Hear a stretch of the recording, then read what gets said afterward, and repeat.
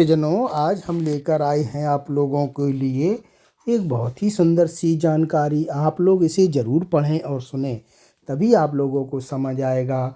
और इस कथा को आप शुरू से अंत तक ज़रूर पढ़ें, बीच में स्किप मत करें, तब नहीं तो आपको समझ ही नहीं आएगा कि कथा क्या है। अगर आप लोग नए हैं तो हमारे चैनल को प्लीज़ लाइक एंड सब्सक्राइब करें। आज की कथा है हनुमान जी के जन्म के क्षण में ही मुखमंडल से तेज का निकलना। तो चलो प्रारंभ करते हैं कथा। अत्यंत प्राचीन काल में त्रेता युग के प्रारंभिक दिनों में, जब पृथ्वी पर अधर्म बढ़ने लगा था और दैत्यराज रावण का आतंक आसमान छू रहा था, तब देवताओं में चिंता व्याप्त हो गई कि अब संसार को किसी अद्भुत शक्ति की आवश्यकता है, ऐसे योद्धा की जो अपने तीव्र पराक्रम, असाधारण बुद्धि और अपार शक्ति से धर्म की रक्षा कर सके। इसी समय ब्रह्मांड की धारा में एक दिव्य संकल्प लिया गया।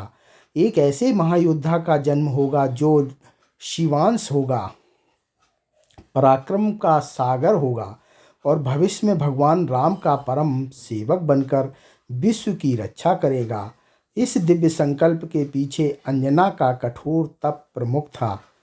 अंजना को पूर्व जन्म में एक किन्नर कन्या थी और जिन्होंने भगवान शिव की उपासना में अपार वर्षों बिताए थे। इस जन्म में पर्वतों की गुफाओं में जाकर कठोर साधना में लगी थी। वे दिन रात भगवान शिव का जाप करती, कभी धूप में खड़े होकर तप करती, कभी हिमालय की ठंडी हवा में घंटों ध्यान में बैठती। उनका एक ही लक्ष्य था, ऐसा पुत्र प्राप्त हो जो असाधारण हो, दिव्य गुणों से संपन्न हो और भगवान शिव जैसा तेज हो धारण करता हो। उनकी तपस्या से प्रसन्न होकर शिवजी ने वरदान दिया, हे देवी, तुम्हारे गर्भ में मेरा अंश प्रकट होगा, ऐसा अंश जो तेज, बल और भक्ति का प्रतीक बनेगा और जिसके जन्म के साथ ही उसका मुख सूर्य के समान चमकेगा। शिव के इस वरदान को वायुदेव ने भी अपना आशीर्वाद दिया और कहा, यह बालक मेरी प्राण शक्ति से युक्त होगा, इसमें अपार वेग और बल होगा, इसे कोई रोक नहीं सकेगा। इन ही दिव्य संकल्पों और आशीर्वादों की श्रृंखला में वह पवित्र क्षण आया जब अंजना के गर्भ में दिव्य बालक का प्रवेश हुआ। गर्भावस्था के महीनों में अंजना ने असंख्य अद्भुत घटनाएं देखी। जहाँ वे बैठती वहीं स्वर्गीय फूल गिरते, हवा अचानक सुगंधित हो जाती, गुफा में प्रकाश की तरंगें चलने लगती और पर्वत शिखरों पर चमकती रेखाएं दिखाई देती। ऋषियों ने इसे दिव्य संकेत बताया कि कोई महान आत्मा गर्भ में पल रही है। समय बीतता गया और फिर वह शुभ घड़ी आ पहुंची जो युगों से प्रतीक्षित थी। बसंत ऋतु का ब्रह्म मुहूर्त था। हवा पूरी तरह शांत, पक्षी स्थिर, वृक्षों में कोई हलचल नहीं, जैसे प्रकृति स्वयं अपने भीतर उगती प्रकाश का स्वागत करने के लिए तैयार हो।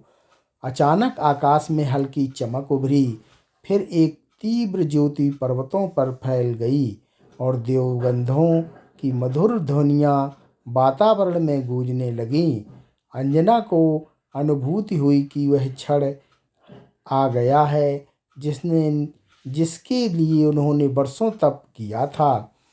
और जैसे ही बालक का जन्म हुआ, गुफा में ऐसा प्रकाश फूटा जैसा कि किसी ने कभी नहीं देखा। सबसे पहले तेज उनके मुखमंडल से निकला, इतना प्रखर, इतना उज्जवल कि पूरी गुफा परिसर सूर्य के समान दहकने लगा। वह प्रकाश मात्र बेसानी नहीं था, वह शिव के जटा ज्योति का अंश था। गुफा की दीवारें सोने की तरह चमकने लगीं, पेड़ पौधे मानो दीप स्तंभ बन गए और दूर दूर तक खड़े ऋषियों ने अपनी ध्यानावस्था में उस दिव्य कंपन को महसूस किया। बालक के मुख से निकली उस तेजस्विता के कारण वन के सूखे पेड़ों में भी पत्तियां उठने लगीं। पक्षियों ने मधुर स्वर में कहा, हवा के हृदय सुगंध फैल गई और पहाड़ों की चोटियों पर प्रकाश का मुकुट बन गया। देवताओं ने आकाश से देखा कि पृथ्वी पर शिवांश का अवतरण हो चुका है। इंद्र, वरुण, कुबेर, अग्नि और गंधर्व गण सब आकाश में चमकते हुए प्रकट हुए और बोले, धन्य है यह क्षण जब त्रिलोक का भविष्य बदलने वाला वीर जन्मा है। उसी समय सूर्यदेव ने अपनी किरणें सीधी गुफा से भीतर भेजी और बालक के मुख पर पड़ी। उस दिव्य ज्योति का स्पर्श किया जो संकेत था कि भविष्य में यह बालक सूर्य का भी प्रिय होगा। बालक ने जब पहली बार रोने का स्वर किया तो वह किसी साधारण बालक की ध्वनि नहीं थी। वह गूंज इतनी विशाल थी कि पर्वतराज की घाटियां कंपित हो उठीं। गुफाओं में प्रतिध्वनि बनी और आकाश तक पहुंचकर देवताओं को आलोकित कर गई। वायुदेव ने उसी क्षण प्रकट हुए और बोले, यह मेरा पुत्र है, इससे तेज और पराक्रमी त्रिलोक में कोई नहीं होगा। अंजना ने बालक को गोद में उठाया और उनकी आंखें आंसुओं से भर गईं। उन्होंने अपने पुत्र के चमकते मुख को देखा और विश्वास ही नहीं हुआ कि इतना तेज किसी बालक में हो सकता है। बालक की आंखें खुलते ही उनमें चमकती ज्योति झलक रही थी, मानो सूर्य और अग्नि दोनों का मेल उन आँखों पर उतर आया हो। उसी समय एक महान ऋषि वहां आए। उन्होंने बालक को देखा और बोले, देवी, इस बालक का तेज सामान्य नहीं है, यह शिव का अंश है। यह राम कार्य के लिए जन्मा है। इसके मुख में तेज इतना प्रखर है कि इसका नाम हनुमान ही उपयुक्त है। भारी अंतरिक्ष में यह घोषणा हुई, युगों के लिए धर्म की रक्षा करने वाला, भवसागर से पार ले जाने वाला, राम भक्ति का आधार अब पृथ्वी पर आ चुका है। बालक के मुख की आभा इतनी दिव्य थी कि दैत्य लोक में भी हलचल मच गई। अनेक असुर उस तेज की तपन से तड़प उठे और दुष्ट शक्तियों की शक्ति की छीड़ कर होने लगी। उस तेज ने पृथ्वी पर आशा का प्रकाश फैलाया और भविष्य का आधार बना।